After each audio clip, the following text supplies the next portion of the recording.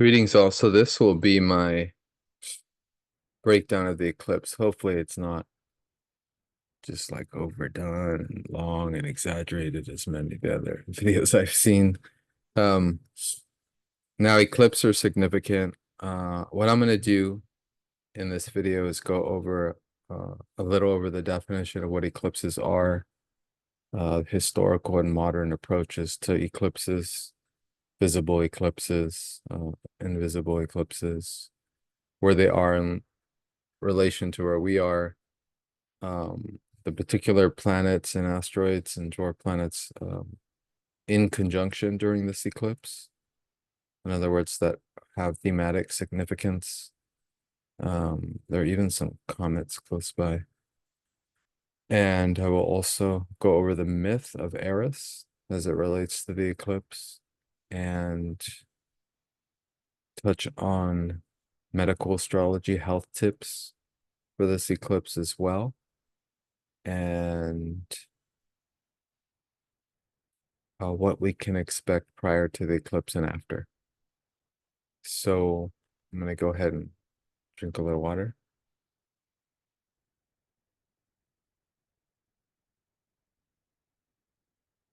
And I'll start. So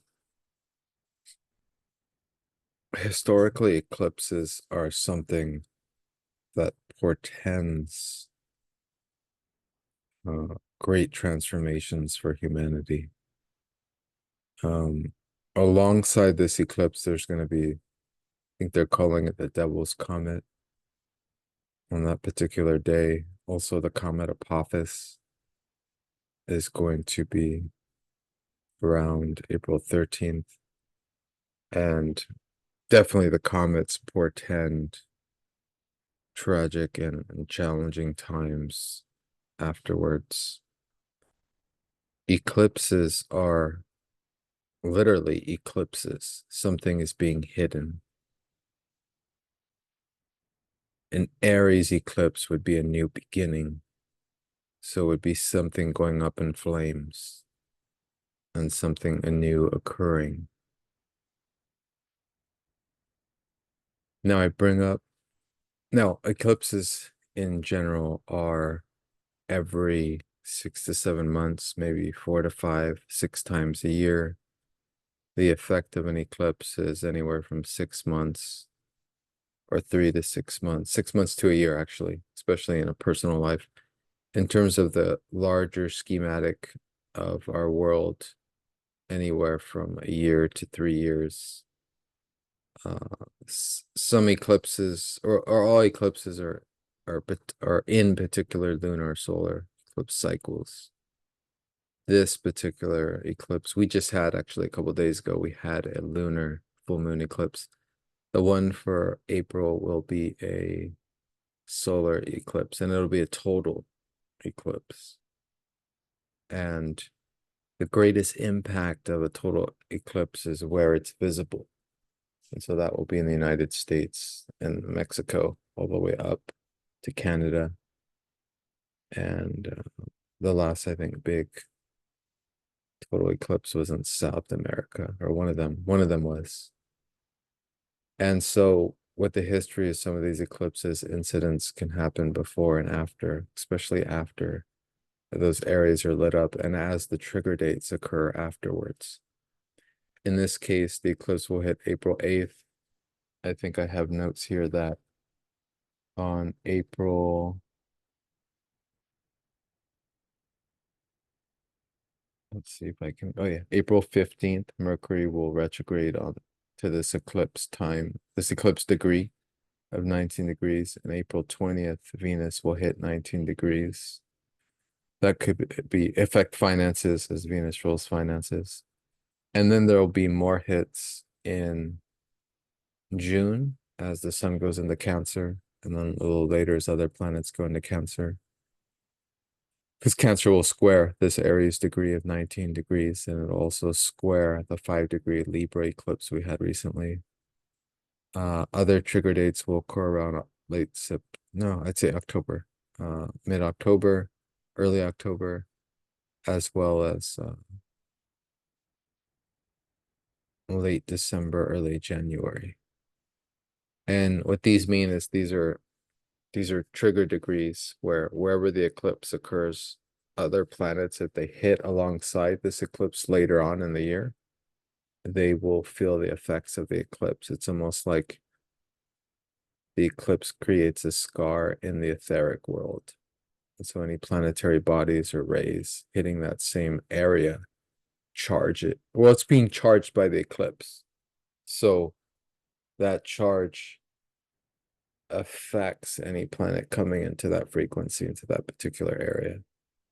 So those planets get charged as well. And so an eclipse is something that it's not just going to happen and go away. It's going to be happening over a period of time. And it will be in our life wherever, whatever planets you have or don't have in gate 51, your gate 51 will be activated in your human design graph.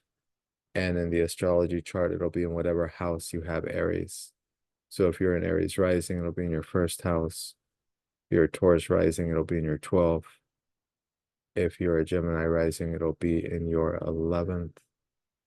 And if you're a Cancer rising, it'll be in your 10th. If I'm doing that correctly.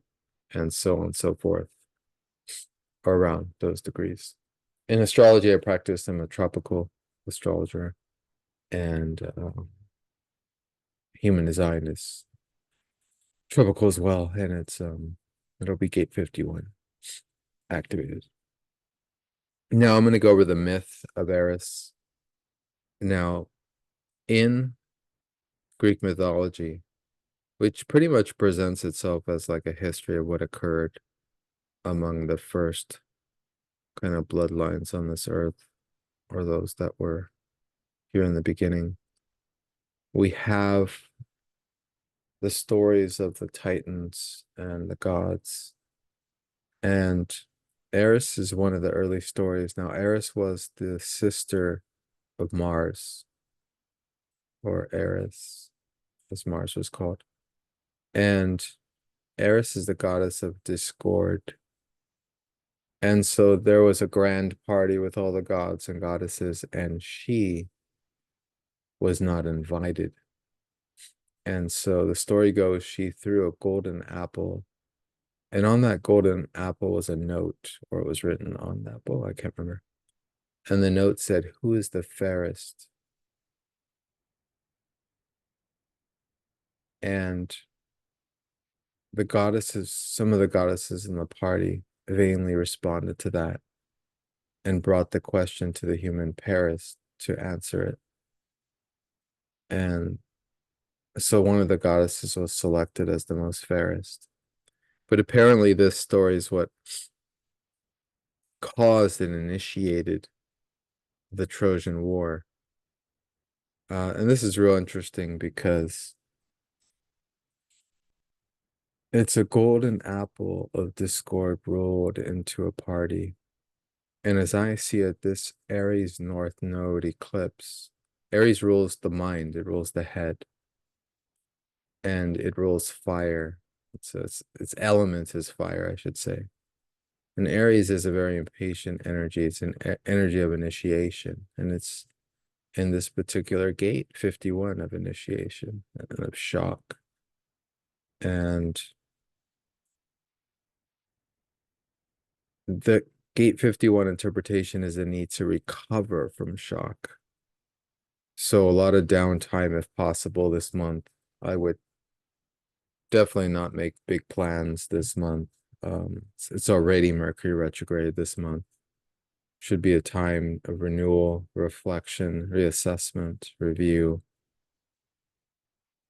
And as I see it, this myth is really pertinent. And Eris itself, being in 19 degrees Aries right now, and for a while, this dwarf planet is, its theme is going to be present alongside Chiron, the wounded healer, which means that a wound will be nuanced, opened, and underscored during this time. And Chiron symbolizes the wound that never heals. So this is kind of coming to terms with, whatever that wound is. So this shock, this revelation of this golden apple that's going to be rolled into our minds before April 8th. All the transits are proceeding. They'll happen before, whether it's a couple days, we all feel the full moons ahead of time and the new moons days ahead, right? And that's because they expand outward that far, 2 days before, 2 days, 3 days after. And as I see it, this myth is really pertinent, but we'll see. We'll see. We'll definitely see what occurs. I'm going to share now the chart.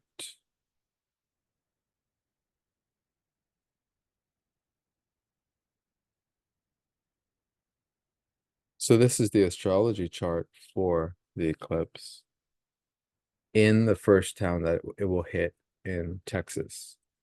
And that will be Eagle Pass, Texas. Interesting name of the city. This will be at 1:27 p.m. And so during that time, if you're in this area around that time, there's so much energy on the eclipse that really the best advice is, if possible, to not be outside and not to be in large groups of people. Eclipses are actually known to make people a little crazy and vulnerable as they occur, especially if they're not guarded in their own bodily authority. They can get invaded with entities or energies. And certainly the whole mythologies and stories and around eclipses are that. It's an opening. And you can be vulnerable to the energies that are being released, especially being Aries energy. The Aries are known to be really,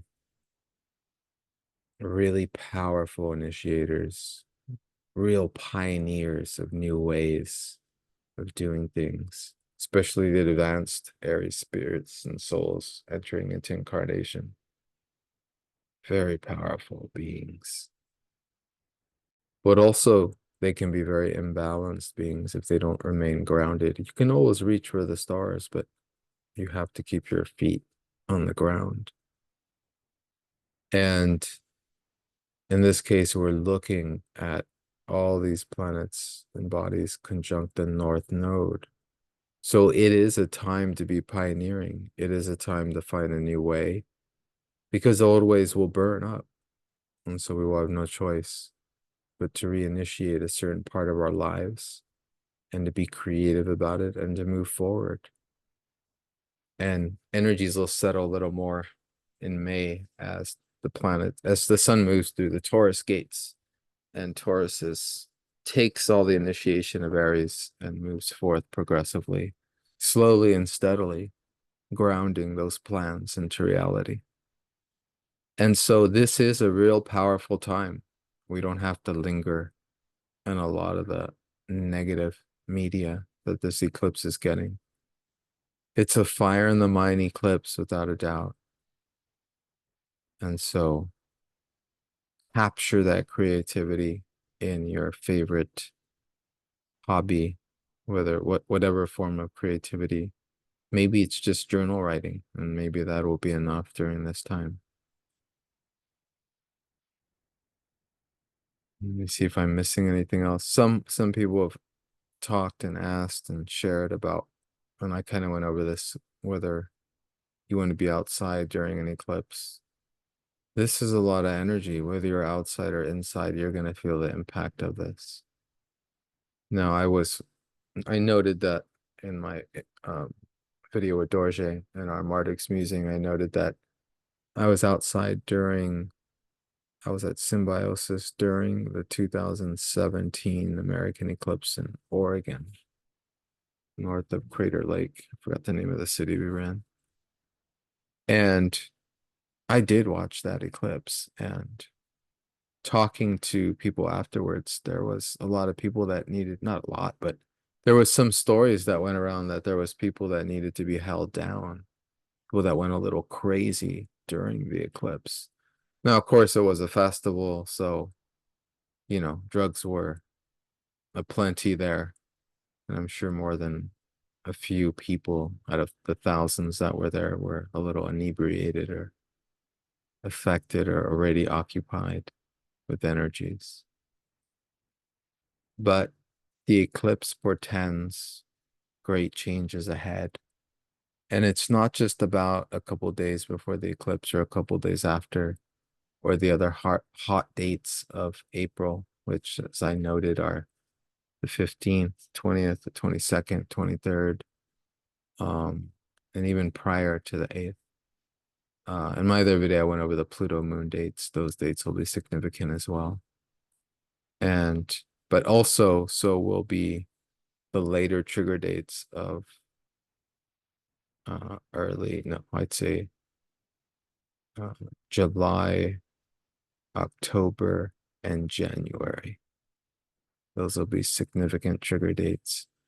Watch for more themes of fire, war, but also pioneering, also the rebellious spirit of man, breaking through these agendas, these prison doors we're attempting to close in on ourselves, perhaps just so we can break open and break free from them. So it is a powerful time. 2025 and 2026 will portend even more challenging and transformative times, but we're still in a great, powerful time where much is happening. Much is happening beneath the surface. So beware of the smoke screens around. What you see in the media is not really what's happening. That's what's hiding what's really happening. So look with eyes to see and ears to hear.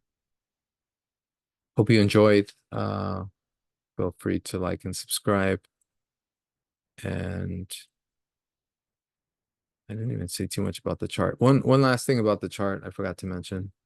So you see at this time in Texas on April 8th, about 1:30, around 1:30, the ascendant's in Cancer. Now I forgot to note this. Now Cancer, the moon is what rules Cancer. And Cancer is is where the sun is, the United States sun is.